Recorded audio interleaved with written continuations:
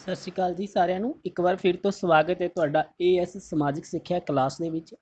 ਅੱਜ ਅਸੀਂ 10ਵੀਂ ਸ਼੍ਰੇਣੀ ਦਾ ਪਾਠ ਨੰਬਰ 4 ਕਰਨ ਜਾ ਰਹੇ ਹਾਂ, ਜਿਸ ਦੇ ਵਿੱਚ ਸ੍ਰੀ ਗੁਰੂ ਅੰਗਦ ਦੇਵ ਜੀ ਤੋਂ ਲੈ ਕੇ ਸ੍ਰੀ ਗੁਰੂ ਤੇਗ ਬਹਾਦਰ ਜੀ ਤੱਕ ਸਿੱਖ ਗੁਰੂਆਂ ਦਾ ਯੋਗਦਾਨ ਦੇ ਬਾਰੇ ਵਿੱਚ ਅਸੀਂ ਪੜ੍ਹਾਂਗੇ। ਸਭ ਤੋਂ ਪਹਿਲਾਂ ਤੁਹਾਡੇ ਸਾਹਮਣੇ ਇੱਕ ਚਿੱਤਰ ਤੁਸੀਂ ਦੇਖ ਰਹੇ ਹੋ, ਸ੍ਰੀ ਗੁਰੂ 10 ਗੁਰੂ ਸਾਹਿਬਾਨ ਦਾ ਚਿੱਤਰ ਤੁਹਾਨੂੰ ਦਿਖਾਇਆ ਗਿਆ ਹੈ। ਦੂਸਰੀ ਸਲਾਈਡ ਦੇ ਵਿੱਚ ਬੇਟਾ ਸ਼੍ਰੀ ਗੁਰੂ ਨਾਨਕ ਦੇਵ ਜੀ ਤੋਂ ਲੈ ਕੇ ਪਹਿਲੇ ਗੁਰੂ ਸ਼੍ਰੀ ਗੁਰੂ ਨਾਨਕ ਦੇਵ ਜੀ ਤੋਂ ਲੈ ਕੇ ਸ਼੍ਰੀ ਗੁਰੂ ਗੋਬਿੰਦ ਸਿੰਘ ਜੀ ਤੱਕ ਦਾ ਜਿਹੜਾ ਸਮਾਂ ਗੁਰਵਾਈ ਦਾ ਉਹਨਾਂ ਦਾ ਬਰਥ ਯਾਨੀ ਕਿ ਜਨਮ, ਫਿਰ ਉਹਨਾਂ ਦਾ ਗੁਰਗੱਦੀ ਕਿਤੋਂ ਕਿੰਨੇ ਸਮੇਂ ਤੱਕ ਉਹਨਾਂ ਨੇ ਗੁਰਗੱਦੀ ਤੇ ਬਿਰਾਜਮਾਨ ਰਹੇ। ਠੀਕ ਹੈ, ਇਹ ਸਾਰੀ ਤੁਹਾਨੂੰ ਡੇਟ ਔਰ ਕਿੰਨਾ ਸਮਾਂ ਉਹਨਾਂ ਨੇ ਜਿਹੜੀ ਉਹਨਾਂ ਦੀ ਕਿੰਨੇ ਸਮੇਂ ਬਾਅਦ ਡੈਥ ਹੋਈ, ਫਾਦਰ ਮਦਰ, ਇਹ ਸਾਰਾ ਤੁਹਾਨੂੰ ਇਸ ਸਲਾਈਡ ਦੇ ਥਰੂ ਸਾਰੀ ਜਾਣਕਾਰੀ। ਇਸ ਨੂੰ ਅਸੀਂ ਇੱਕ ਚਾਰਟ ਬਣਾ ਕੇ ਆਪਣੇ ਘਰ ਵਿੱਚ ਲਗਾ ਸਕਦੇ ਹਾਂ, ਜਿਸ ਦੇ ਉੱਪਰ ਅਸੀਂ ਅਗਰ ਯਾਨੀ ਕਿ ਬੜੇ ਈਜ਼ੀਲੀ ਸਾਨੂੰ ਸਾਰੇ ਦੇ ਸਾਰੇ ਉਹਨਾਂ ਦਾ ਜਨਮ, ਗੁਰਗੱਦੀ ਦਾ ਸਮਾਂ, ਸਾਰੇ ਦਾ ਸਾਰਾ ਉਹਨਾਂ ਨੂੰ ਸਾਡੇ ਧਿਆਨ ਵਿੱਚ ਰਹੇਗਾ। ਸ਼ੁਰੂ ਕਰਦੇ ਹਾਂ ਜੀ। ਅੱਜ ਦਾ ਜਿਹੜਾ ਸਾਡਾ ਲੈਸਨ ਹੈ, ਸ਼੍ਰੀ ਗੁਰੂ ਅੰਗਦ ਦੇਵ ਜੀ 1539 ਈਸਵੀ ਤੋਂ 1552 ਈਸਵੀ ਤੱਕ ਜਿਹੜਾ ਆਪਣੀ ਗੁਰਗੱਦੀ ਤੇ ਬਿਰਾਜਮਾਨ ਰਹੇ। 1539 ਈਸਵੀ ਵਿੱਚ ਸ਼੍ਰੀ ਗੁਰੂ ਨਾਨਕ ਦੇਵ ਜੀ ਨੇ ਭਾਈ ਲਹਿਣਾ ਜੀ ਦੀ ਸੇਵਾ ਦੇਖ ਕੇ ਆਪਣੀ ਗੱਦੀ ਸੌਂਪ ਦਿੱਤੀ ਅਤੇ ਆਪ ਦਾ ਨਾਮ ਅੰਗਦ ਰੱਖ ਦਿੱਤਾ। ਠੀਕ ਹੈ, ਸ਼੍ਰੀ ਗੁਰੂ ਅੰਗਦ ਦੇਵ ਜੀ 2 ਸਤੰਬਰ 1539 ਈਸਵੀ ਤੋਂ 29 ਮਾਰਚ 1552 ਈਸਵੀ ਤੱਕ ਗੁਰਗੱਦੀ ਤੇ ਬਿਰਾਜਮਾਨ ਰਹੇ। ਇਸ ਸਮੇਂ ਦੌਰਾਨ ਗੁਰੂ ਜੀ ਨੇ ਸਿੱਖ ਪੰਥ ਦੇ ਵਿਕਾਸ ਲਈ ਬਹੁਤ ਹੀ ਮਹੱਤਵਪੂਰਨ ਕੰਮ ਕੀਤੇ। 29 ਮਾਰਚ 1552 ਈਸਵੀ ਨੂੰ ਆਪ ਜੀ ਜੋਤੀ ਜੋਤ ਸਮਾ ਗਏ ਅਤੇ ਇਸ ਤੋਂ ਪਹਿਲਾਂ ਹੀ ਆਪ ਨੇ ਗੁਰੂ ਅਮਰਦਾਸ ਜੀ ਨੂੰ ਗੁਰਗੱਦੀ ਸੌਂਪ ਦਿੱਤੀ ਸੀ। ਗੁਰੂ ਅੰਗਦ ਦੇਵ ਜੀ ਦਾ ਜਿਹੜਾ ਸਿੱਖ ਧਰਮ ਦੇ ਵਿੱਚ ਯੋਗਦਾਨ ਹੈ, ਉਹ ਤੁਹਾਡੇ ਸਾਹਮਣੇ ਸਲਾਈਡ ਦੇਖ ਰਹੇ ਹੋ ਤੁਸੀਂ। ਗੁਰਮੁਖੀ ਲਿਪੀ ਵਿੱਚ ਸੁਧਾਰ ਕਰਨਾ, ਤਾਂ ਉਹਨਾਂ ਨੇ ਸਭ ਤੋਂ ਪਹਿਲਾਂ ਕੀ ਇਹਨਾਂ ਦਾ ਕੰਮ ਸੀ ਜਿਹੜਾ ਉਹਨਾਂ ਨੇ ਗੁਰਮੁਖੀ ਲਿਪੀ ਦੇ ਵਿੱਚ ਸੁਧਾਰ ਕੀਤੇ, ਇਸ ਦਾ ਵਿਕਾਸ ਕੀਤਾ। ਗੁਰੂ ਨਾਨਕ ਦੇਵ ਜੀ ਦੀ ਬਾਣੀ ਇਕੱਠੀ ਕਰਨਾ, ਗੁਰੂ ਨਾਨਕ ਦੇਵ ਜੀ ਦੀ ਪਹਿਲੀ ਪਾਤਸ਼ਾਹੀ ਸ਼੍ਰੀ ਗੁਰੂ ਨਾਨਕ ਦੇਵ ਜੀ ਦੀ ਜਿਹੜੀ ਸਾਰੀ ਬਾਣੀ ਸੀ ਉਸ ਨੂੰ ਉਹਨਾਂ ਨੇ ਇਕੱਠਾ ਕੀਤਾ। ਠੀਕ ਹੈ, ਲੰਗਰ ਪ੍ਰਥਾ ਦਾ ਵਿਸਤਾਰ ਕੀਤਾ, ਲੰਗਰ ਪ੍ਰਥਾ ਨੂੰ ਹੋਰ ਵਧਾਇਆ, ਉਦਾਸੀ ਸੰਪਰਦਾਇ ਦਾ ਖੰਡਨ ਕੀਤਾ। ਸਿੱਖ ਧਰਮ ਦੇ ਵਿੱਚ ਇੱਕ ਹੋਰ ਜਿਹੜਾ ਸੰਪਰਦਾਇ ਉਤਪੰਨ ਹੋਇਆ ਸੀ ਉਦਾਸੀ, ਠੀਕ ਹੈ, ਉਸ ਦਾ ਉਹਨਾਂ ਨੇ ਕੀ ਹੈ ਖੰਡਨ ਕੀਤਾ। ਸੰਗਤ ਪ੍ਰਥਾ ਦਾ ਵੀ ਵਿਸਤਾਰ ਕੀਤਾ ਉਹਨਾਂ ਨੇ। ਸਰੀਰਕ ਵਿਕਾਸ ਤੇ ਜ਼ੋਰ ਦਿੱਤਾ, ਯਾਨੀ ਕਿ ਪ੍ਰਚਾਰ ਦੇ ਨਾਲ ਨਾਲ ਉਹਨਾਂ ਨੇ ਲੋਕਾਂ ਨੂੰ ਕੀ ਹੈ ਸਰੀਰਕ ਵਿਕਾਸ ਤੇ ਤੰਦਰੁਸਤ ਰੱਖਣ ਦੇ ਲਈ ਵੀ ਉਹਨਾਂ ਨੇ ਕੀ ਹੈ ਵਿਸ਼ੇਸ਼ ਉਪਰਾਲੇ ਕੀਤੇ। ਗੋਇੰਦਵਾਲ ਦੀ ਸਥਾਪਨਾ, ਤਾਂ ਗੋਇੰਦਵਾਲ ਦੀ ਸਥਾਪਨਾ ਵੀ ਆ ਸ਼੍ਰੀ ਗੁਰੂ ਅੰਗਦ ਦੇਵ ਜੀ ਦੁਆਰਾ। ਇਹ ਜਦ ਅਸੀਂ ਅਖੀਰ ਦੇ ਵਿੱਚ ਇਹਦੇ ਕੁਐਸਚਨ ਦੇਖਾਂਗੇ ਤੁਹਾਨੂੰ ਉਹਦੇ ਵਿੱਚ ਇਹਦੀ ਸਾਰੀ ਡਿਟੇਲਸ ਮਿਲ ਜਾਏਗੀ।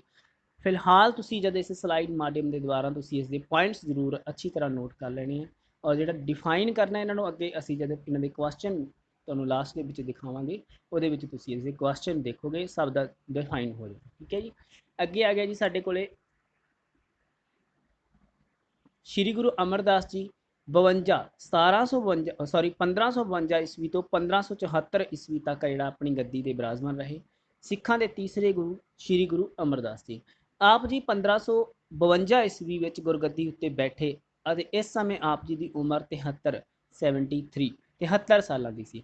ਆਪ ਜੀ ਨੇ ਇੱਕ ਦਿਨ ਬੀਬੀ ਅਮਰੋ, ਹੁਣ ਬੀਬੀ ਅਮਰੋ ਕੌਣ ਸੀ, ਬ੍ਰੈਕਟ ਦੇ ਵਿੱਚ ਦੱਸਿਆ ਹੋਇਆ ਗੁਰੂ ਅੰਗਦ ਦੇਵ ਜੀ ਦੀ ਪੁੱਤਰੀ ਅਤੇ ਸ਼੍ਰੀ ਗੁਰੂ ਅਮਰਦਾਸ ਜੀ ਦੇ ਭਤੀਜੇ ਦੀ ਪਤਨੀ ਤੋਂ ਗੁਰੂ ਨਾਨਕ ਦੇਵ ਜੀ ਦੀ ਬਾਣੀ ਸੁਣੀ ਅਤੇ ਬਹੁਤ ਪ੍ਰਭਾਵਿਤ ਹੋਏ। ਆਪ ਗੁਰੂ ਅੰਗਦ ਦੇਵ ਜੀ ਨੂੰ ਮਿਲਣ ਖੰਡੂਰ ਸਾਹਿਬ ਗਏ ਅਤੇ ਉੱਥੇ ਹੀ ਤਨ ਮਨ ਨਾਲ ਸੰਗਤ ਦੀ ਸੇਵਾ ਕਰਨ ਲੱਗੇ। ਇਸ ਤੋਂ ਪ੍ਰਭਾਵਿਤ ਹੋ ਕੇ ਸ਼੍ਰੀ ਗੁਰੂ ਅੰਗਦ ਦੇਵ ਜੀ ਨੇ ਆਪ ਜੀ ਨੂੰ ਗੁਰਗੱਦੀ ਸੌਂਪ ਦਿੱਤੀ। ਆਪ 1574 ਈਸਵੀ ਵਿੱਚ ਜੋਤੀ ਜੋਤ ਸਮਾਉਣ ਤੋਂ ਪਹਿਲਾਂ ਆਪਣੇ ਪੁੱਤਰਾਂ ਨੂੰ ਛੱਡ ਕੇ ਭਾਈ ਜੇਠਾ ਜੀ, ਸ਼੍ਰੀ ਗੁਰੂ ਰਾਮਦਾਸ ਜੀ, ਠੀਕ ਹੈ ਜੀ, ਭਾਈ ਜੇਠਾ ਜੀ ਨੂੰ ਉੱਤਰਾਧਿਕਾਰੀ ਨਿਯੁਕਤ ਕੀਤਾ। ਠੀਕ ਹੈ, ਆਪਨੇ ਕੀ 1574 ਈਸਵੀ ਵਿੱਚ ਜੋਤੀ ਜੋਤ ਸਮਾਉਣ ਤੋਂ ਪਹਿਲਾਂ ਆਪਣੇ ਪੁੱਤਰਾਂ ਨੂੰ ਛੱਡ ਕੇ ਭਾਈ ਜੇਠਾ ਜੀ, ਜੋ ਕਿ ਸਿੱਖਾਂ ਦੇ ਚੌਥੇ ਗੁਰੂ ਅਖਵਾਏ, ਸ਼੍ਰੀ ਗੁਰੂ ਰਾਮਦਾਸ ਜੀ ਨੂੰ ਉੱਤਰਾਧਿਕਾਰੀ ਨਿਯੁਕਤ ਕੀਤਾ। ਹੁਣ ਅੱਗੇ ਅਸੀਂ ਦੇਖਾਂਗੇ ਸ਼੍ਰੀ ਗੁਰੂ ਅਮਰਦਾਸ ਜੀ ਦੁਆਰਾ ਸਿੱਖ ਧਰਮ ਦੇ ਵਿਕਾਸ ਵਿੱਚ ਜੋ ਯੋਗਦਾਨ ਦਿੱਤਾ ਗਿਆ। ਗੋਇੰਦਵਾਲ ਵਿੱਚ ਬੌਲੀ ਦਾ ਨਿਰਮਾਣ, ਇਹਨਾਂ ਨੇ ਗੋਇੰਦਵਾਲ ਵਿੱਚ ਬੌਲੀ ਦਾ ਨਿਰਮਾਣ ਕਰਵਾਇਆ। ਠੀਕ ਹੈ ਜੀ, ਬੜੇ ਹੀ ਸਿੱਖਾਂ ਦਾ ਇੱਕ ਪਵਿੱਤਰ ਸਥਾਨ ਜੋ ਅੱਜ ਵੀ ਮੌਜੂਦ ਹੈ, ਬਹੁਤ ਧਾਰਮਿਕ ਸਥਾਨ ਬਣ ਗਿਆ। ਲੰਗਰ ਪ੍ਰਥਾ ਦਾ ਵਿਸਤਾਰ ਕੀਤਾ। ਠੀਕ ਹੈ, ਗੁਰਬਾਣੀ ਦਾ ਸੰਕਲਨ ਅਤੇ ਰਚਨਾ ਹੋਰ ਗੁਰਬਾਣੀ ਨੂੰ ਇਕੱਠਿਆਂ ਕੀਤਾ, ਉਹਦਾ ਸੰਕਲਨ ਕੀਤਾ ਤੇ ਹੋਰ ਵੀ ਇਹਨਾਂ ਨੇ ਗੁਰਬਾਣੀ ਦੀ ਰਚਨਾ ਕੀਤੀ। ਮੰਜੀ ਪ੍ਰਥਾ ਇਹ ਵਿਸ਼ੇਸ਼ ਹੈ ਬੇਟਾ, ਇਹਦੇ ਵਿੱਚ ਇਹ ਜ਼ਰੂਰ ਪੜ੍ਹਨਾ ਹੈ, ਮਹੱਤਵਪੂਰਨ ਪ੍ਰਸ਼ਨ ਚੱਲ ਜਾਂਦਾ। ਮੰਜੀ ਪ੍ਰਥਾ ਉਹਨਾਂ ਨੇ ਮੰਜੀਆਂ ਦੀ 22 ਮੰਜੀਆਂ ਦੀ ਸਥਾਪਨਾ ਕੀਤੀ ਸੀ, ਜੋ ਕਿ ਜਿਸ ਦਾ ਮੁੱਖ ਮੰਤਵ ਕੀ ਸੀਗਾ ਵੀ ਸਿੱਖ ਧਰਮ ਦਾ ਕੀ ਹੈ ਵੱਧ ਤੋਂ ਵੱਧ ਅੱਗੇ ਤੋਂ ਅੱਗੇ ਪ੍ਰਚਾਰ ਕਰਨਾ, ਕਿਉਂਕਿ ਉਹਨਾਂ ਦੀ ਉਮਰ ਜ਼ਿਆਦਾ ਸੀ, ਸਿੱਖ ਧਰਮ ਦਾ ਵਿਸਤਾਰ ਜ਼ਿਆਦਾ ਹੋ ਚੁੱਕਿਆ ਸੀ, ਫਿਰ ਉਹ ਹਰੇਕ ਜਗ੍ਹਾ ਤੇ ਜਾ ਕੇ ਆਪਣਾ ਜਿਹੜਾ ਵਿਸਤਾਰ ਨਹੀਂ ਕਰ ਸਕਦੇ ਸੀ, ਇਸ ਲਈ ਉਹਨਾਂ ਨੇ ਮੰਜੀਆਂ ਦੀ ਮੰਜੀ ਪ੍ਰਥਾ ਆਰੰਭ ਕੀਤੀ। ਉਦਾਸੀਆਂ ਨਾਲੋਂ ਸਿੱਖਾਂ ਨੂੰ ਵੱਖ ਕਰਨਾ, ਉਦਾਸੀਆਂ ਨਾਲੋਂ ਉਹਨਾਂ ਨੇ ਜਿਹੜੇ ਉਦਾਸੀ ਮਤ ਸੀ ਉਹਦੇ ਨਾਲੋਂ ਸਿੱਖਾਂ ਨੂੰ ਅਲੱਗ ਕੀਤਾ। ਤਿਉਹਾਰ ਮਨਾਉਣ ਦਾ ਨਵਾਂ ਢੰਗ, ਤਿਉਹਾਰ ਮਨਾਉਣ ਦਾ ਉਹਨਾਂ ਨੇ ਕਈ ਨਵੇਂ ਢੰਗ ਪੇਸ਼ ਕੀਤੇ, ਜਿਵੇਂ ਜਨਮ ਮਰਨ ਵਿਆਹ ਦੇ ਮੌਕੇ 'ਤੇ ਉਹਨਾਂ ਨੇ ਗੁਰਬਾਣੀ ਦੀ ਰਚਨਾ ਵੀ ਕੀਤੀ, ਠੀਕ ਹੈ, ਜਿਹੜੀ ਉਸ ਸਮੇਂ ਯਾਨੀ ਕਿ ਘੱਟ ਖਰਚੇ ਦੇ ਵਿੱਚ ਉਹਨਾਂ ਨੇ ਲੋਕਾਂ ਨੂੰ ਦੱਸਿਆ ਵੀ ਤੁਸੀਂ ਕਿਸ ਤਰ੍ਹਾਂ ਇਹਨਾਂ ਤਿਉਹਾਰ। ਨਵੇਂ ਤੀਰਥ ਸਥਾਨ ਦੀ ਸਥਾਪਨਾ, ਨਵੇਂ ਤੀਰਥ ਸਥਾਨਾਂ ਦੀ ਸਥਾਪਨਾ ਕੀਤੀ, ਜਿਵੇਂ ਅਸੀਂ ਬੋਲੀ ਸਾਹਿਬ ਪੜ੍ਹਿਆ ਹੀ ਹੈਗਾ, ਬਹੁਤ ਵਧੀਆ ਤੀਰਥ ਸਥਾਨ। ਜਨਮ ਵਿਆਹ ਅਤੇ ਮੌਤ ਸੰਬੰਧੀ ਰੀਤੀ ਰਿਵਾਜਾਂ ਵਿੱਚ ਸੁਧਾਰ, ਇਹਦੇ ਵਿੱਚ ਵੀ ਗੁਰੂ ਅਮਰਦਾਸ ਜੀ ਨੇ ਬਹੁਤ ਮਤਲਬ ਵਧੀਆ ਸੁਧਾਰ ਕੀਤੇ, ਜੋ ਅੱਜ ਤੱਕ ਸਾਡੇ ਵਿੱਚ ਚੱਲ ਰਹੇ ਨੇ। ਅਕਬਰ ਦਾ ਗੋਇੰਦਵਾਲ ਵਿੱਚ ਆਉਣਾ, ਠੀਕ ਹੈ, ਗੁਰੂ ਅਮਰਦਾਸ ਜੀ ਤੋਂ ਪ੍ਰਭਾਵਿਤ ਹੋ ਕੇ ਹੀ ਗੁਰੂ ਜਿਹੜਾ ਮੁਗਲ ਬਾਦਸ਼ਾਹ ਅਕਬਰ ਸੀ ਉਸਨੇ ਗੁਰੂ ਅਮਰਦਾਸ ਜੀ ਨੂੰ ਮਿਲਣ ਲਈ ਗੋਇੰਦਵਾਲ ਆਇਆ ਸੀ। ਤਾਂ ਇਹ ਜਿਹੜੇ ਸਾਰੇ ਦੇ ਸਾਰੇ ਪੁਆਇੰਟਸ ਹੈਗੇ ਆ ਸ਼੍ਰੀ ਗੁਰੂ ਅਮਰਦਾਸ ਜੀ ਦਾ ਜਿਹੜਾ ਸਿੱਖ ਧਰਮ ਦੇ ਵਿੱਚ ਯੋਗਦਾਨ ਹੈ।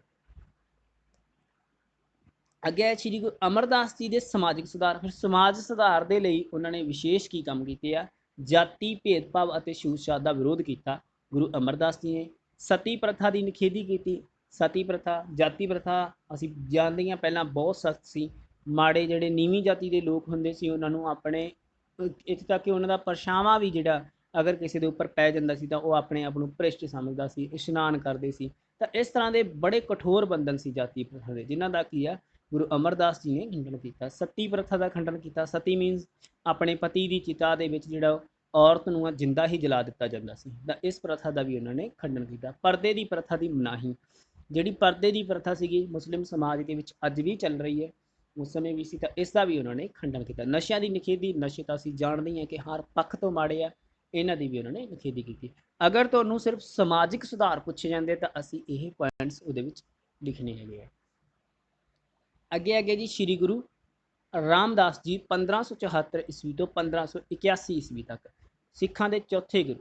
ਆਪ ਜੀ ਨੂੰ ਸਿੱਖਾਂ ਦੇ ਨਾਲ ਗੋਇੰਦਵਾਲ ਸਾਹਿਬ ਗਏ, ਆਪ ਜੀ ਕੁਝ ਸਿੱਖਾਂ ਦੇ ਨਾਲ ਗੋਇੰਦਵਾਲ ਸਾਹਿਬ ਗਏ ਤੇ ਉੱਥੇ ਗੁਰੂ ਅਮਰਦਾਸ ਜੀ ਦੀ ਸ਼ਖਸੀਅਤ ਤੋਂ ਇੰਨੇ ਪ੍ਰਭਾਵਿਤ ਹੋਏ ਕਿ ਉੱਥੇ ਹੀ ਗੁਰੂ ਜੀ ਦੀ ਸੇਵਾ ਵਿੱਚ ਕਰਦੇ ਰਹੇ, ਆਪਣਾ ਜੀਵਨ ਬਿਤਾਉਣ ਲੱਗੇ। ਆਪ ਜੀ 1574 ਤੋਂ ਲੈ ਕੇ 1581 ਈਸਵੀ ਤੱਕ ਗੁਰਗੱਦੀ ਤੇ ਬਿਰਾਜਮਾਨ ਰਹੇ। ਗੁਰੂ ਜੀ ਨੇ ਆਪਣੇ ਸਭ ਤੋਂ ਛੋਟੇ ਪੁੱਤਰ ਸ਼੍ਰੀ ਗੁਰੂ ਅਰਜਨ ਦੇਵ ਜੀ ਨੂੰ ਆਪਣਾ ਉੱਤਰਾਧਿਕਾਰੀ ਨਿਯੁਕਤ ਕੀਤਾ ਅਤੇ 1 ਸਤੰਬਰ 1581 ਈਸਵੀ ਨੂੰ ਜੋਤੀ ਜੋਤ ਸਮਾ ਗਏ। ਠੀਕ ਹੈ ਜੀ, ਇਹ ਸੀ ਸਿੱਖਾਂ ਦੇ ਚੌਥੇ ਗੁਰੂ ਸ਼੍ਰੀ ਗੁਰੂ ਰਾਮਦਾਸ ਜੀ। ਹੁਣ ਇਹਨਾਂ ਨੇ ਸਿੱਖ ਧਰਮ ਦੇ ਵਿੱਚ ਕੀ ਯੋਗਦਾਨ ਦਿੱਤਾ? ਰਾਮਦਾਸਪੁਰ ਯਾਨੀ ਕਿ ਅੰਮ੍ਰਿਤਸਰ ਦੀ ਨੀਂਹ, ਠੀਕ ਹੈ ਜੀ, ਸਿੱਖਾਂ ਦੇ ਚੌਥੇ ਗੁਰੂ ਰਾਮਦਾਸ ਜੀ ਨੇ ਰਾਮਦਾਸਪੁਰ ਯਾਨੀ ਕਿ ਅੰਮ੍ਰਿਤਸਰ ਦੀ ਨੀਂਹ ਰੱਖੀ। ਮਸੰਦ ਪ੍ਰਥਾ ਦਾ ਆਰੰਭ ਕੀਤਾ। ਮਸੰਦ ਪ੍ਰਥਾ ਦਾ ਆਰੰਭ ਜਿਹੜਾ ਚੌਥੇ ਗੁਰੂ ਰਾਮਦਾਸ ਜੀ ਨੇ ਕੀਤਾ। ਮਸੰਦਾਂ ਦਾ ਕੰਮ ਸੀਗਾ ਇੱਕ ਸਿੱਖ ਧਰਮ ਦਾ ਪ੍ਰਚਾਰ ਕਰਨਾ, ਦੂਸਰਾ ਸਿੱਖ ਭੇਟਾ ਜੋ ਮਿਲਦੀ ਸੀ ਉਹਨਾਂ ਨੂੰ ਉਸ ਨੂੰ ਗੁਰੂ ਘਰ ਤੱਕ ਪਹੁੰਚਾਉਣਾ। ਜਗ੍ਹਾ ਜਗ੍ਹਾ ਤੇ ਮੰਜੀ ਪ੍ਰਥਾ ਦੀ ਵਾਂਗ ਇਹਨਾਂ ਨੂੰ ਵੀ ਜਗ੍ਹਾ ਜਗ੍ਹਾ ਤੇ ਮਸੰਦਾਂ ਨੂੰ ਨਿਯੁਕਤ ਕੀਤਾ ਗਿਆ ਸੀ। ਤਾਂ ਉਹ ਜਿਹੜਾ ਗੁਰੂ ਮੇਨ ਕੰਮ ਉਹਨਾਂ ਦਾ ਇਹੀ ਸੀ ਸਿੱਖ ਧਰਮ ਦਾ ਪ੍ਰਚਾਰ ਕਰਨਾ। ਬਾਣੀ ਦੀ ਰਚਨਾ ਕੀਤੀ ਗੁਰੂ ਰਾਮਦਾਸ ਜੀ ਨੇ। ਫਿਰ ਸਿੱਖਾਂ ਅਤੇ ਉਦਾਸੀਆਂ ਵਿੱਚ ਸਮਝੌਤਾ।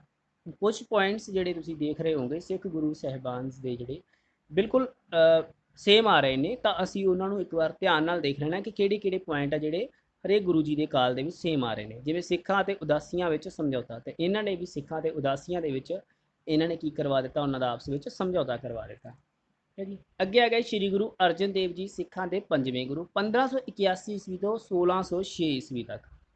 ਗੁਰੂ ਅਰਜਨ ਦੇਵ ਜੀ ਨੂੰ ਆਪਣੇ ਵੱਡੇ ਭਰਾ ਪ੍ਰਿਥੀ ਚੰਦ ਅਤੇ ਹਿੰਦੂ ਅਤੇ ਮੁਸਲਮਾਨ ਕੱਟੜ ਪੰਥੀਆਂ ਦਾ ਜ਼ੋਰਦਾਰ ਵਿਰੋਧ ਸਹਿਣਾ ਪਿਆ। ਮੁਗਲ ਸਮਰਾਟ ਜਹਾਂਗੀਰ ਗੁਰੂ ਜੀ ਦੀ ਵੱਧਦੀ ਹੋਈ ਪ੍ਰਸਿੱਧੀ ਨੂੰ ਪਸੰਦ ਨਹੀਂ ਕਰਦਾ ਸੀ ਅਤੇ ਜਹਾਂਗੀਰ ਦੇ ਪੁੱਤਰ ਖੁਸਰੋ ਦਾ ਗੁਰੂ ਜੀ ਨੂੰ ਮਿਲਣ ਤੇ ਗੁਰੂ ਜੀ ਉਸ ਦੀ ਸਹਾਇਤਾ ਕਰਨ ਦੇ ਅਪਰਾਧ ਵਿੱਚ 2 ਲੱਖ ਰੁਪਏ ਜੁਰਮਾਨਾ ਕਰ ਦਿੱਤਾ। ਠੀਕ ਆ, ਜਹਾਂਗੀਰ ਨੇ ਪੁੱਤਰ ਖੁਸਰੋ ਦਾ ਗੁਰੂ ਜੀ ਨੂੰ ਮਿਲਣ ਤੇ ਜਦੋਂ ਖੁਸਰੋ ਗੁਰੂ ਜੀ ਨੂੰ ਮਿਲਿਆ ਤਾਂ ਉਸਨੇ ਯਾਨੀ ਕਿ ਗੁਰੂ ਜੀ ਨੇ ਉਸ ਦੀ ਸਹਾਇਤਾ ਦਾ ਉਹਨਾਂ ਨੂੰ ਵਚਨ ਦਿੱਤਾ। ਤਾਂ ਇਸ ਅਪਰਾਧ ਵਿੱਚ ਕੀ ਸੀਗਾ, ਜਹਾਂਗੀਰ ਨੇ ਉਹਨਾਂ ਨੂੰ 2 ਲੱਖ ਰੁਪਏ ਦਾ ਜੁਰਮਾਨਾ ਕਰ ਦਿੱਤਾ। ਗੁਰੂ ਜੀ ਨੇ ਇਹ ਜੁਰਮਾਨਾ ਲੋਕਾਂ ਦੀ ਅਮਾਨਤ ਦੱਸਦੇ ਹੋਏ, ਯਾਨੀ ਕਿ ਉਹ ਉਹਨਾਂ ਨੇ ਕਿਹਾ ਵੀ ਇਹ ਲੋਕਾਂ ਦੀ ਅਮਾਨਤ ਹੈ, ਦੇਣ ਤੋਂ ਇਨਕਾਰ ਕਰ ਦਿੱਤਾ, ਜਿਸ ਦੇ ਸਿੱਟੇ ਵਜੋਂ ਗੁਰੂ ਜੀ ਨੂੰ ਤਸੀਹੇ ਦੇ ਕੇ 1606 ਈਸਵੀ ਨੂੰ ਵਿੱਚ ਜਿਹੜਾ ਸ਼ਹੀਦ ਕਰ ਦਿੱਤਾ ਗਿਆ। ਠੀਕ ਹੈ ਜੀ।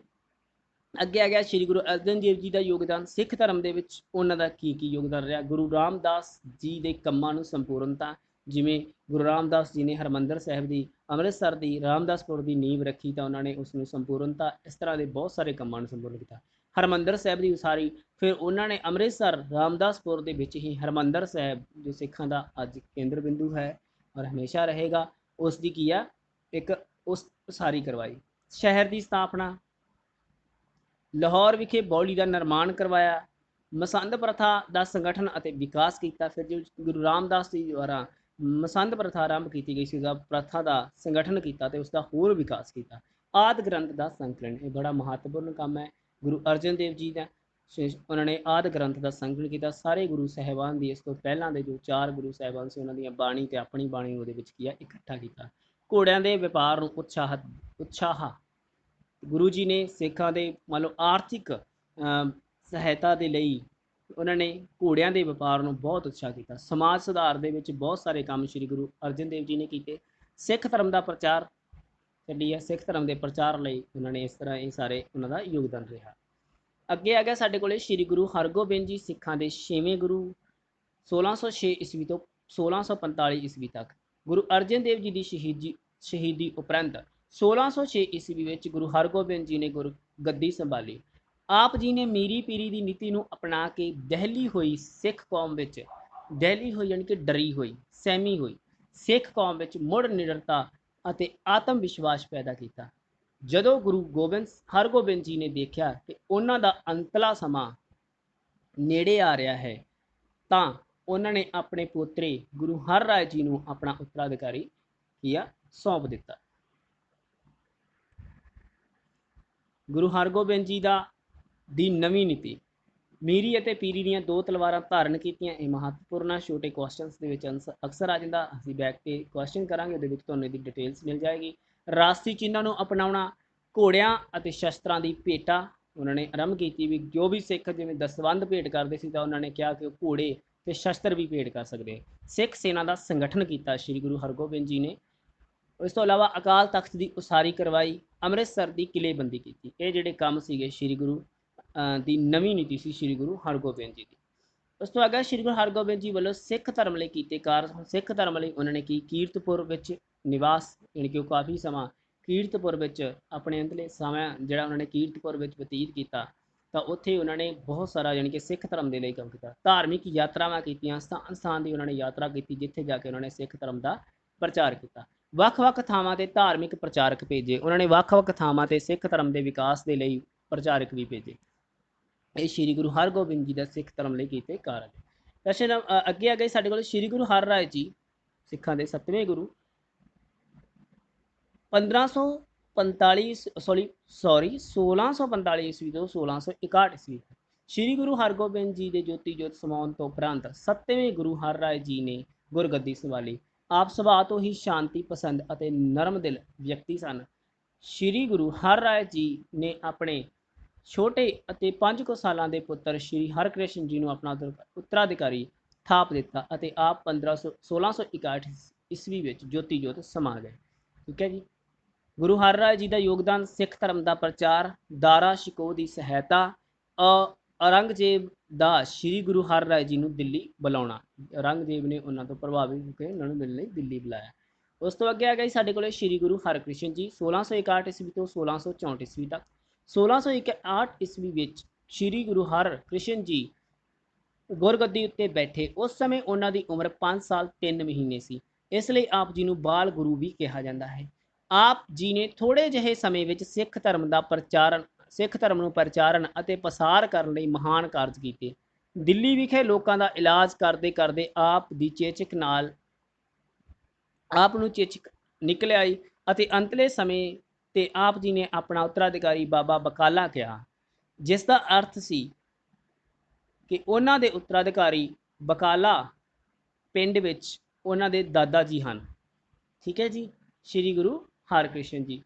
ਔਰ ਇਹਨਾਂ ਨੇ ਸਿੱਖ ਧਰਮ ਦੇ ਵਿੱਚ ਰਾਮ ਰਾਏ ਦਾ ਵਿਰੋਧ ਕੀਤਾ, ਔਰੰਗਜ਼ੇਬ ਦਾ ਗੁਰੂ ਜੀ ਨੂੰ ਦਿੱਲੀ ਬੁਲਾਉਣਾ, ਗੁਰੂ ਹਰਕ੍ਰਿਸ਼ਨ ਜੀ ਦਿੱਲੀ ਵਿਖੇ ਗੁਰੂ ਹਰਕ੍ਰਿਸ਼ਨ ਜੀ ਅਤੇ ਬਿਮਾਰ ਲੋਕ ਯਾਨੀ ਕਿ ਬਿਮਾਰ ਲੋਕਾਂ ਦੀ ਉਹਨਾਂ ਨੇ ਸਹਾਇਤਾ ਕੀਤੀ, ਜਿਸ ਦੇ ਕਾਰਨ ਹੀ ਚੇਚਕ ਹੋ ਗਈ ਉਹਨਾਂ ਨੂੰ, ਔਰ ਉਸ ਦੇ ਨਾਲ ਹੀ ਕੀਆ ਉਹਨਾਂ ਦਾ ਅੰਤਲੇ ਸਮੇਂ ਦੇ ਵਿੱਚ ਫਿਰ ਉਹਨਾਂ ਨੇ ਆਪਣੇ ਮੰਨ ਲਓ ਬਾਬਾ ਬਕਾਲਾ ਜੋ ਸ਼ਬਦ ਕਹੇ ਸੀ, ਉੱਥੇ ਜਾ ਕੇ ਸਿੱਖਾਂ ਦੇ ਜਿਹੜੇ ਅਗਲੇ ਗੁਰੂ ਮਿਲੇ। ਠੀਕ ਹੈ ਜੀ।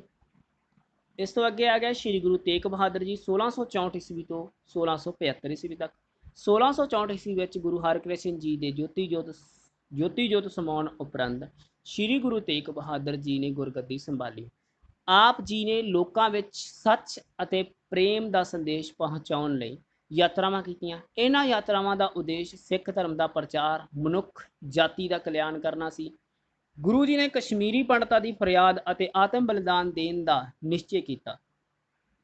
ਆਪ ਜੀ ਨੂੰ ਗ੍ਰਿਫਤਾਰ ਕਰਕੇ ਇਸਲਾਮ ਧਰਮ ਕਬੂਲਣ ਲਈ ਕਿਹਾ ਗਿਆ। ਗੁਰੂ ਜੀ ਦੇ ਇਨਕਾਰ ਕਰਨ ਤੇ ਆਪ ਨੂੰ 11 ਨਵੰਬਰ 1675 ਈਸਵੀ ਨੂੰ ਚਾਂਦਨੀ ਚੌਕ ਵਿਖੇ ਸ਼ਹੀਦ ਕਰ ਦਿੱਤਾ ਗਿਆ। ਸਿੱਖਾਂ ਦੇ 9ਵੇਂ ਗੁਰੂ ਸ਼੍ਰੀ ਗੁਰੂ ਤੇਗ ਬਹਾਦਰ ਜੀ। ਸ਼੍ਰੀ ਗੁਰੂ ਤੇਗ ਬਹਾਦਰ ਜੀ ਦੀਆਂ ਯਾਤਰਾਵਾਂ। ਸ਼੍ਰੀ ਗੁਰੂ ਤੇਗ ਬਹਾਦਰ ਜੀ ਨੇ ਇਹ ਜਿਹੜੀਆਂ ਨੀਚੇ ਲਿਖੀਆਂ ਹੋਈਆਂ ਯਾਤਰਾਵਾਂ ਕੀਤੀਆਂ, ਅੰਮ੍ਰਿਤਸਰ, ਬੱਲਾ, ਕੁੱਕੇਵਾਲੀਆ ਜਾਂ ਗੁਰੂ ਕਾ ਬਾਗ, ਮਾਝੇ ਵਿੱਚ ਬਕਾਲਾ, ਬਿਲਾਸਪੁਰ, ਚੱਕ ਨਾਨਕੀ ਦੀ ਨੀਂਹ, ਸੈਫਾਬਾਦ, ਕੈਥਲ, ਕੁਰੂਕਸ਼ੇਤਰ, ਪਟਨਾ, ਢਾਕਾ, ਬੰਗਾਲ ਦਾ ਦੌਰਾ, ਧੁੜਬੀ, ਧੁਬੜੀ, ਠੀਕ ਹੈ, ਮਾਲਵਾ ਅਤੇ ਬਾਂਗਰ ਦੇ ਇਲਾਕੇ, ਯਾਨੀ ਕਿ ਇਹ ਗੁਰੂ ਤੇਗ ਬਹਾਦਰ ਜੀ ਦੀਆਂ ਮੁੱਖ ਯਾਤਰਾਵਾਂ। ਠੀਕ ਹੈ। ਇਸ ਤੋਂ ਅੱਗੇ ਇਸ ਲੈਸਨ ਦੇ ਨਾਲ ਸੰਬੰਧਿਤ ਜੋ ਪ੍ਰਸ਼ਨ ਨੇ ਬੇਟਾ, ਉਹ ਅਸੀਂ ਸਾਰਿਆਂ ਨੇ ਕਰ ਲੈਣੇ ਹੈਗੇ ਆ। ਆਪਣੀ ਕਾਪੀ ਉੱਪਰ ਨੋਟ ਕਰੋ। ਵੀਡੀਓ ਇਸ ਤਰ੍ਹਾਂ ਨਹੀਂ ਹੋ ਰਹੇ ਤਾਂ ਵੀਡੀਓ ਪਾਉਜ਼ ਕਰੋ, ਪਾਉਜ਼ ਕਰਕੇ ਜਿਹੜੇ ਆਪਣੇ ਤੁਸੀਂ ਇਹ ਪ੍ਰਸ਼ਨ ਉੱਤਰ ਜਿਹੜੇ ਸਾਰੇ ਦੇ ਸਾਰੇ ਉਤਾਰ ਸਕਦੇ ਹੋ। ਠੀਕ ਹੈ, ਸਾਰੇ ਹੀ ਮਹੱਤਵਪੂਰਨ ਨੇ ਔਰ ਤੁਸੀਂ ਪਹਿਲਾਂ ਵੀ ਸਾਰੇ ਜਾਣਦੇ ਹੋ ਕਿ ਇਸੇ ਤਰ੍ਹਾਂ ਅਸੀਂ ਲਗਾਤਾਰ ਆਪਣਾ ਜਿਹੜਾ ਇਹ ਕੰਮ ਕਰਦੇ ਰਹਿਣਾ ਹੈ। ਠੀਕ ਹੈ, ਮੈਂ ਕੋਸ਼ਿਸ਼ ਇਹੀ ਰਹੇਗੀ ਤੁਹਾਨੂੰ ਇਸ ਦੇ ਮੰਨ ਲਓ ਇਸ ਦੀ ਇੱਕ PDF ਬਣਾ ਕੇ ਵੀ ਸੈਂਡ ਕਰ ਦਿੱਤੀ ਜਾਵੇਗੀ ਕੁਐਸਚਨ ਆਨਸਰਸ ਦੀ, ਤਾਂ ਕਿ ਤੁਹਾਡੇ ਲਈ ਹੋਰ ਆਸਾਨ ਹੋ ਜਾਵੇ। ਤਾਂ ਸਭ ਤੋਂ ਪਹਿਲਾਂ ਅਸੀਂ ਕੋਸ਼ਿਸ਼ ਕਰ ਰਹੀ ਹਾਂ ਕਿ ਇਸੇ ਤਰ੍ਹਾਂ ਹੀ ਅਸੀਂ ਵੀਡੀਓ ਨੂੰ ਪਾਉਜ਼ ਕਰ ਲਈਏ। ਅਗਰ PDF ਨਹੀਂ ਪਹੁੰਚਦੀ ਸਾਡੇ ਤੱਕ ਤਾਂ ਇਹਨਾਂ ਨੂੰ ਅਸੀਂ ਤਾਰ ਲਈਏ, ਔਰ ਨਾਲ ਦੀ ਨਾਲ ਅਸੀਂ ਇਸ ਚੈਨਲ ਨੂੰ ਜ਼ਰੂਰ ਸਬਸਕ੍ਰਾਈਬ ਕਰ ਲੈਣਾ ਤਾਂ ਕਿ ਆਉਣ ਵਾਲਾ ਹਰੇਕ ਵੀਡੀਓ ਸਾਡੇ ਤੱਕ ਪਹੁੰਚਦਾ ਰਹੇ। ਇਸ ਲਈ ਘੰਟੀ ਵਾਲੇ ਬਟਨ ਨੂੰ ਅਸੀਂ ਜ਼ਰੂਰ ਪ੍ਰੈਸ ਕਰ ਲੈਣਾ ਤਾਂ ਕਿ ਕੋਈ ਵੀ ਨਵੀਂ ਵੀਡੀਓ ਸਾਡੀ ਆਉਂਦੀ ਹੈ ਤੁਹਾਡੇ ਤੱਕ ਪਹੁੰਚ ਜਾਵੇ, ਔਰ ਜਿਸ ਦੇ ਨਾਲ ਸਾਡੀ ਜਿਹੜੀ ਸਟੱਡੀ ਹੈ ਇਸੇ ਤਰ੍ਹਾਂ ਈਜ਼ੀ ਵੇ ਦੇ ਨਾਲ ਚੱਲਦੀ ਰਹੇ। ਇਹ ਸਾਰੇ ਦੇ ਸਾਰੇ ਪ੍ਰਸ਼ਨ ਤੁਹਾਨੂੰ ਇੱਥੋਂ ਮਿਲ ਜਾਣਗੇ ਪਹਿਲਾਂ, ਔਰ ਜੋ ਸਲਾਈਡ ਮਾਧਿਅਮ ਦੇ ਨਾਲ ਤੁਸੀਂ ਪਹਿਲਾਂ ਇਸ ਲੈਸਨ ਨੂੰ ਰੀਡ ਕੀਤਾ ਹੈ ਉਸ ਤਰ੍ਹਾਂ ਵੀ ਤੁਸੀਂ ਇੱਕ ਸਲਾਈਡ ਚਾਰਟ ਬਣਾ ਕੇ ਆਪਣੇ ਕੋਲੇ ਰੱਖ ਸਕਦੇ ਹੋ, ਆਪਣੀ ਫੇਅਰ ਕਾਪੀ ਦੇ ਉੱਪਰ ਵੀ ਬਣਾ ਸਕਦੇ ਹੋ, ਤਾਂ ਕਿ ਤੁਹਾਨੂੰ ਜਿਹੜਾ ਯਾਦ ਕਰਨਾ ਹੈਗਾ ਸਲਾਈਡ, ਜਿਹੜਾ ਅਸੀਂ ਸਲਾਈਡ ਚਾਰਟ ਦੇ ਮਾਧਿਅਮ ਨਾਲ ਯਾਦ ਕਰੀਏ, ਬੜਾ ਆਸਾਨੀ ਦੇ ਨਾਲ ਆਸਾਨ ਤਰੀਕੇ ਦੇ ਨਾਲ ਯਾਦ ਹੋ ਜਾਂਦਾ ਹੈ। ਠੀਕ ਹੈ, ਸਭ ਤੋਂ ਪਹਿਲਾਂ ਉਸੇ ਤਰ੍ਹਾਂ ਹੀ ਅਸੀਂ ਪੁਆਇੰਟਸ ਨੋਟ ਕਰ ਲਈਏ, ਪੁਆਇੰਟਸ ਨੂੰ ਯਾਦ ਕਰੀਏ। ਉਸ ਤੋਂ ਬਾਅਦ ਅਸੀਂ ਜਦ ਉਹਨਾਂ ਨੂੰ ਡਿਫਾਈਨ ਕਰਨਾ ਹੈਗਾ ਤਦ ਅਸੀਂ ਆਪਣੀ ਪੰਜਾਬ ਬੋਰਡ ਦੀ ਸਾਡੇ ਕੋਲੇ ਬੁੱਕ ਹੁੰਦੀ ਹੈ, ਅਸੀਂ ਉਸ ਦੀ ਸਹਾਇਤਾ ਵੀ ਲੈ ਸਕਦੇ ਹਾਂ ਕਿ ਉਸ ਦੇ ਵਿੱਚ 2-2 4-4 ਜੋ ਵੀ ਡਿਫਾਈਨ ਕੀਤਾ ਹੋਇਆ ਉਹਦੀਆਂ ਲਾਈਨਾਂ ਅਸੀਂ ਉਹਨਾਂ ਨੂੰ ਪੜ੍ਹ ਲਵਾਂਗੇ। ਜਦ ਸਾਨੂੰ ਪੁਆਇੰਟ ਯਾਦ ਹੋਵੇਗਾ ਤਾਂ ਅੱਗੇ ਉਸ ਨੂੰ ਡਿਫਾਈਨ ਕਰਨਾ ਸਾਡੇ ਲਈ ਆਸਾਨ ਹੋ ਜਾਵੇਗਾ। ਠੀਕ ਹੈ, ਇਸੇ ਤਰ੍ਹਾਂ ਇਹ ਸਾਰੇ ਦੇ ਸਾਰੇ ਕੁਐਸਚਨ ਅਸੀਂ ਆਪਣੀ ਕਾਪੀ ਦੇ ਉੱਪਰ ਨੋਟ ਕਰ ਲੈਣੇ ਹੈਗੇ ਆ। ਇਸ ਲੈਸਨ ਦੇ ਵਿੱਚ ਅਗਰ ਕੋਈ ਰਿਪੀਟ ਹੋ ਰਿਹਾ ਹੋਏ ਕੁਐਸਚਨ ਤਾਂ ਜ਼ਰੂਰਤ ਨਹੀਂ ਹੈ ਕਿ ਉਹ ਬਾਰ-ਬਾਰ ਨੋਟ ਕਰਨਾ ਹੈ। ਅਗਰ ਕੋਈ ਕੁਐਸਚਨ ਰਿਪੀਟ ਹੋ ਜਾਂਦਾ ਹੈਗਾ ਤਾਂ ਕੋਸ਼ਿਸ਼ ਇਹੀ ਰਹਿਣੀ ਚਾਹੀਦੀ ਹੈ ਕਿ ਸਾਡੀ ਜਿਹੜੀ ਪੜ੍ਹਾਈ ਹੈਗੀ ਆ ਇਸੇ ਤਰ੍ਹਾਂ ਹੀ ਲਗਾਤਾਰ ਚੱਲਦੀ ਰਹੇ। ਠੀਕ ਹੈ ਜੀ, ਔਰ ਜਿਸ ਤਰ੍ਹਾਂ ਮੈਂ ਤੁਹਾਨੂੰ ਪਹਿਲਾਂ ਦੱਸ ਚੁੱਕਾ ਕਿ ਚੈਨਲ ਨੂੰ ਜ਼ਰੂਰ ਸਬਸਕ੍ਰਾਈਬ ਕਰ ਲੈਣਾ ਤਾਂ ਕਿ ਤੁਹਾਡੇ ਤੱਕ ਹਰੇਕ ਵੀਡੀਓ, ਕੋਈ ਵੀ ਸਾਡਾ ਨਵਾਂ ਵੀਡੀਓ ਆਉਂਦਾ ਸਾਡੇ ਸਬਜੈਕਟਸ ਦਾ ਜਾਂ ਕੋਈ ਵੀ ਤਾਂ ਤੁਹਾਡੇ ਤੱਕ ਇਸੇ ਤਰ੍ਹਾਂ ਪਹੁੰਚ ਜਾਵੇ, ਔਰ ਅੱਗੇ ਤੋਂ ਅੱਗੇ ਵੀ ਅਸੀਂ ਆਪਣੇ ਫਰੈਂਡ ਸਰਕਲ ਦੇ ਵਿੱਚ ਵੀ ਇਸ ਨੂੰ ਸ਼ੇਅਰ ਕਰ ਸਕਦੇ ਹਾਂ ਕਿਉਂਕਿ ਹਰ ਇੱਕ ਤੱਕ ਇਹ ਜੋ ਵੀਡੀਓ ਪਹੁੰਚ ਜਾਵੇ ਤਾਂ ਕਿ ਬੱਚੇ ਆਪਣੀ ਜਿਹੜੀ ਸਟੱਡੀ ਆ ਉਸੇ ਤਰ੍ਹਾਂ ਰੈਗੂਲਰ ਚੱਲਦੀ ਰਹੇ, ਕਿਸੇ ਨੂੰ ਕੋਈ ਪਰੇਸ਼ਾਨੀ ਨਾ ਹੋਵੇ। ਠੀਕ ਹੈ ਜੀ, ਇਹ ਸਾਰੇ ਦੇ ਸਾਰੇ ਕੁਐਸਚਨ ਆ ਜਿਹੜੇ ਅਸੀਂ ਆਪਣੀ ਕਾਪੀ ਉੱਪਰ ਨੋਟ ਕਰ ਸਕਦੇ ਹਾਂ, ਇਸ ਦੇ ਨੋਟਸ ਤਿਆਰ ਕਰ ਸਕਦੇ ਹਾਂ।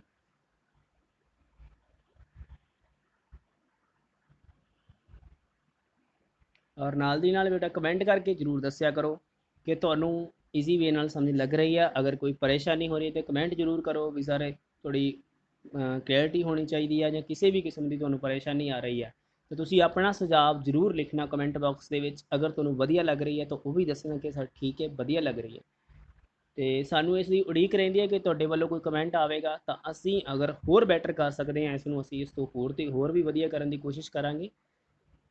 ਇਸ ਕਰਕੇ ਤੁਸੀਂ ਸਾਰਿਆਂ ਨੇ ਹੀ, ਅਗਰ ਤੁਹਾਨੂੰ ਕੋਈ ਵੀ ਲੱਗਦਾ ਇਹਦੇ ਵਿੱਚ ਚੇਂਜ ਹੋ ਸਕਦਾ, ਹੋਰ ਵਧੀਆ ਹੋ ਸਕਦਾ ਜਾਂ ਬਹੁਤ ਵਧੀਆ, ਤਾਂ ਤੁਸੀਂ ਸਾਰਿਆਂ ਨੇ ਇਸੇ ਤਰ੍ਹਾਂ ਹੀ ਸਾਨੂੰ ਕਮੈਂਟ ਜ਼ਰੂਰ ਕਰਨਾ।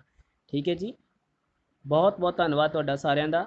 ਤੁਹਾਡਾ ਸਾਰਿਆਂ ਦਾ ਸਮਾਂ ਇਸੇ ਤਰ੍ਹਾਂ ਹੀ ਸ਼ੁਭ ਰਹੇ। ਧੰਨਵਾਦ ਜੀ।